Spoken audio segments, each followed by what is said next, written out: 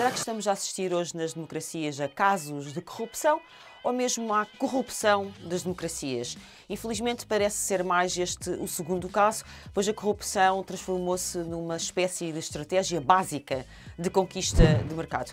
Ora bem, no combate a este tumor devorador das nossas sociedades, os jornalistas têm um papel absolutamente fundamental, até o dever deontológico do ofício, o dever ético da sua profissão, de antecipar-se até mesmo ao direito a denunciar e investigar rigorosamente todos os factos. Watchdog, cão de guarda, guardião, é de facto esta parte nobre do jornalismo que numa sociedade que é confrontada diariamente por escândalos, corrupção e por muitos desvios, posiciona-se como uma instituição vigilante da máquina pública.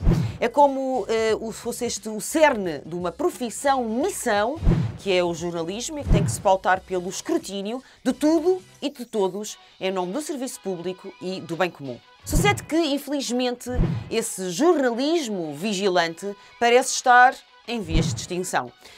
Os médias estão em crise, já se sabe, a confiança nos meios de comunicação social tem estado efetivamente em mínimos absolutamente históricos e a figura do jornalismo, do jornalista, a representação pública dessa profissão já definitivamente não tem o estatuto que teve e que gozou no passado. Estado a verificar que até nos filmes e nas séries, quando nos anos 70 e 80 o jornalista era apresentado uma espécie de herói cívico. O arquétipo, não é? Um arquétipo, o homem ou a mulher que é em busca da verdade dos factos. Agora, corajoso. Agora ao pé de microfone, que é o disseminador de boatos, é o tipo facilmente corrompível.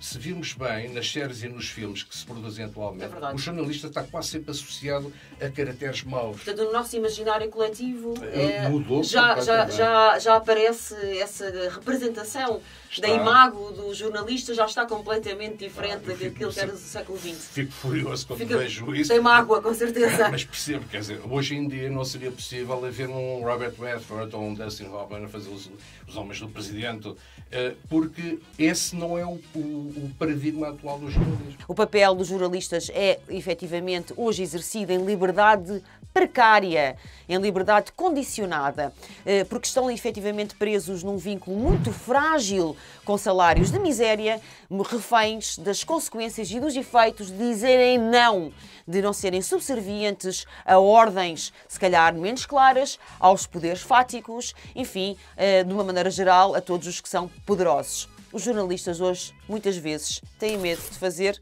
a pergunta incómoda. O problema é que os jornalistas têm estado, em grande medida, a abdicar do seu único, maior e único poder efetivo, que é o poder da pergunta.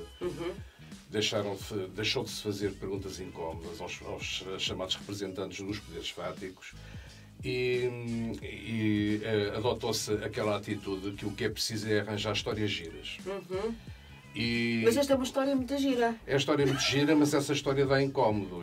Pois. Muitas vezes quem está em postos-chave nos órgãos de informação, essas pessoas são as primeiras a incentivar toda a cadeia de comando, daí para baixo, a dizer não tragam problemas, não tragam histórias incómodas, tragam as histórias giras. Se for preciso, a história gira é o homem a morder no cão, invertendo o paradigma do que deve ser notícia. E, portanto, estamos fartos, somos soterrados de vídeos de gatinhos, pessoas a morderem cãezinhos e perde-se tantas energias e tanto tempo com isso que depois não há praticamente, não sobra nem tempo, nem paciência, nem espaço, nem tempo, nem modalidade nenhuma de jornalismo para se fazer aquilo que é importante, que é precisamente ser o guardião, o vigilante das instituições. Um terço dos jornalistas trabalha sem qualquer vínculo, não tem qualquer segurança, ganham mal, facilmente vão parar ao desemprego. Muitos, aliás, reconhecem até que não são nada autónomos no exercício da sua profissão. Há também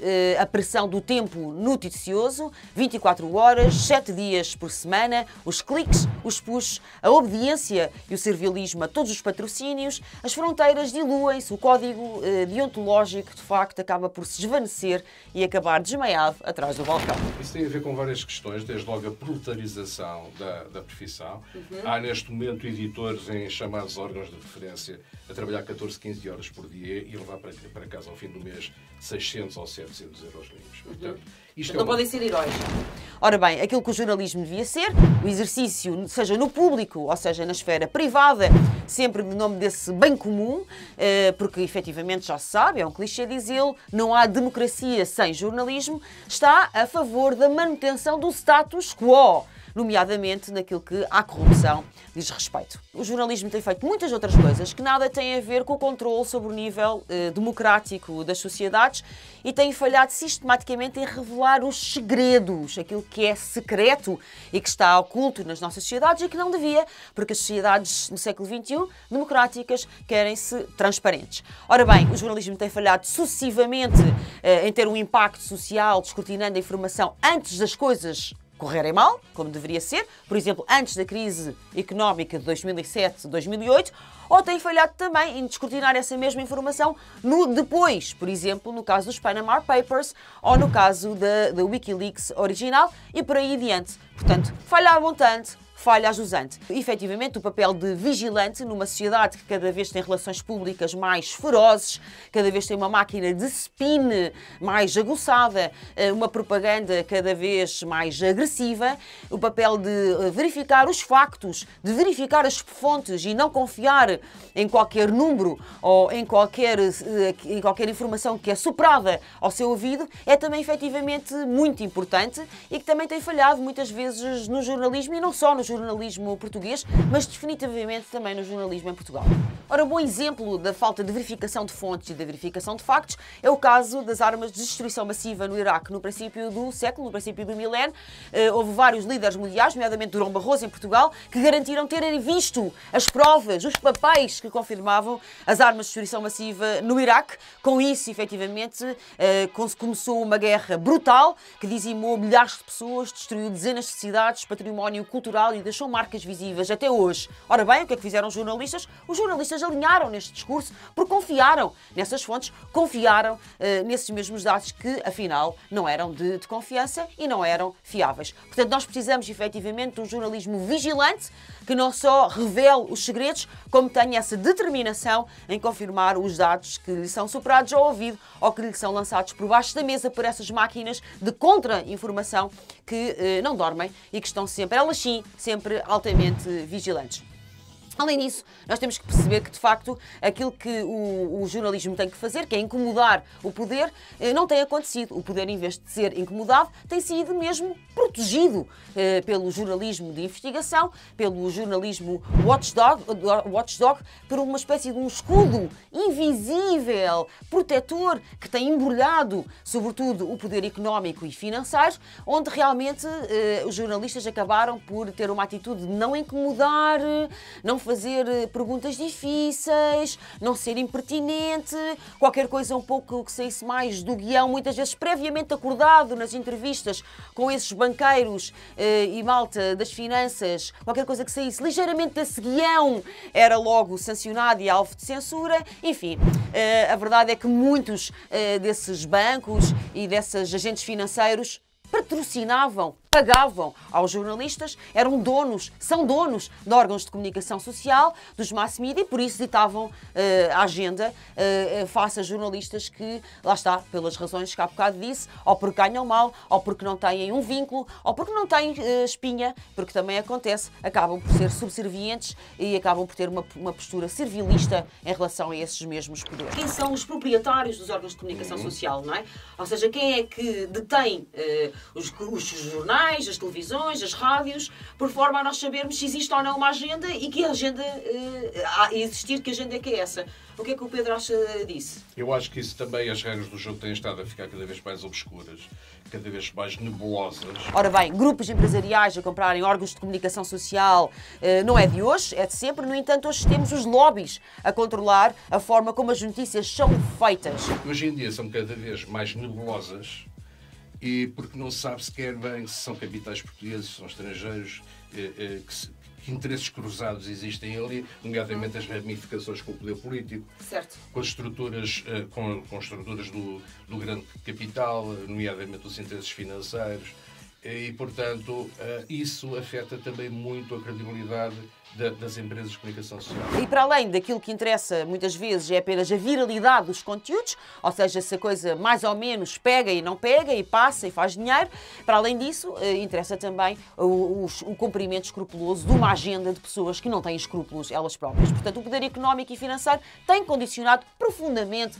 a informação em Portugal nas últimas décadas e é por isso mesmo que nós acabamos por ter que financiar tantos bancos nestes últimos 10 anos, deixando lá enterrados 23 milhões de euros, onde é que estavam os jornalistas a fazer o seu papel? Mas há outro problema também, que é o da promiscuidade entre jornalismo e também os poderes fáticos, seja na política, seja na economia, seja na banca, seja no futebol.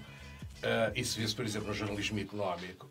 Quando cai o Império Espírito Santo, do Grupo Espírito Santo, de repente percebe-se retrospectivamente que, havendo não sei quantas publicações especializadas, andava toda a gente distraída, ninguém percebeu o que estava a acontecer e que aquilo estava interrogado. Até às antevésperas de acontecer, ou até à própria véspera, havia pessoas que estão aí a pregar outra vez na Praça Pública, outra vez, não deixaram de estar, como especialistas do assunto, que asseguravam aos portugueses que aquilo estava tudo muito sólido.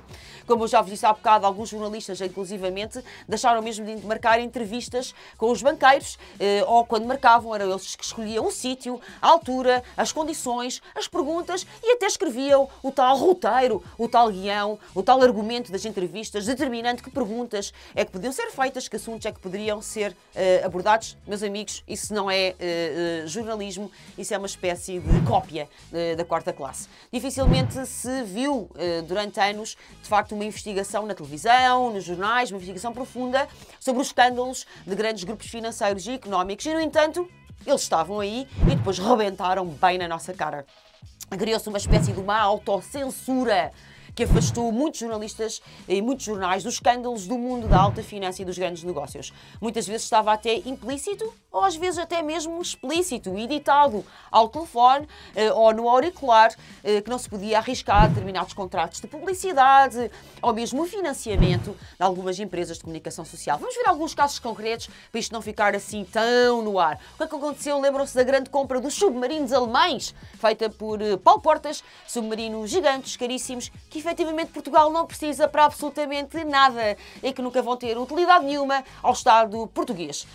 Ora bem, na compra e no negócio desses mesmos submarinos, que aliás foram condenados vários cidadãos alemães, mas claro, nenhum cidadão português foi objeto de uma sanção, muito menos de uma condenação judicial. Ora, no caso dos subsídios alemães, dizia eu, dos submarinos alemães, o que é que aconteceu? Os jornalistas, no caso dos submarinos alemães, não trouxeram informações novas, não investigaram, não trouxeram factos, não foram desenterrar os segredos. Aquilo que os jornalistas fizeram foi simplesmente reproduzir algumas informações que lhes chegaram acriticamente, acefalamente, lá está, provavelmente sem confirmar fontes e sem verificar os factos.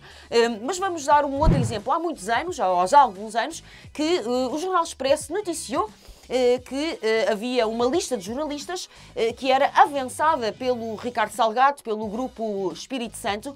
Isso era avançada, se ganhava um subsídio, com certeza para coisa boa não seria. Seria para estar calado ou cumprir zelosamente uma determinada agenda, ou seja, para dizer aquilo que é suposto dizer e não fazer estas perguntas incómodas. Essa lista existe, essa lista está supostamente no Ministério Público.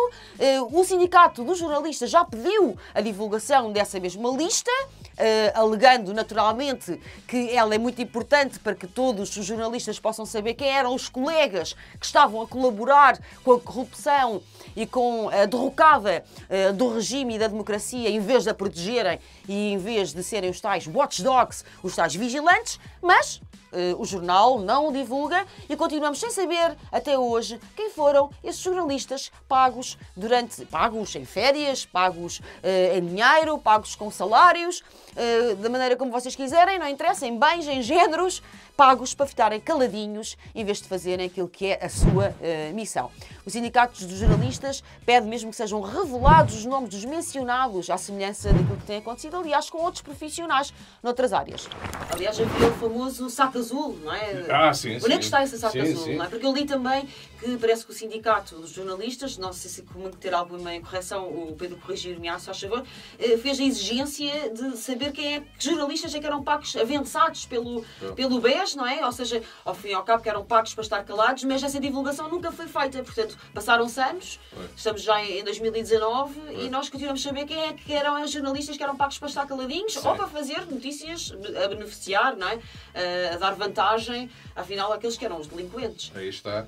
As férias bem remuneradas em hotéis 5 estrelas, estâncias de neve, na Suíça, durante dias a fio, a jornalistas que eram influenciadores também, e as pessoas não aceitavam isso sem a menor sobressalto de consciência, e depois no dia seguinte, ou na semana seguinte, lá estavam a comentar factos que tinham a ver com aquele próprio grupo que os estava de alguma forma a subsidiar. Isto A patrocinar.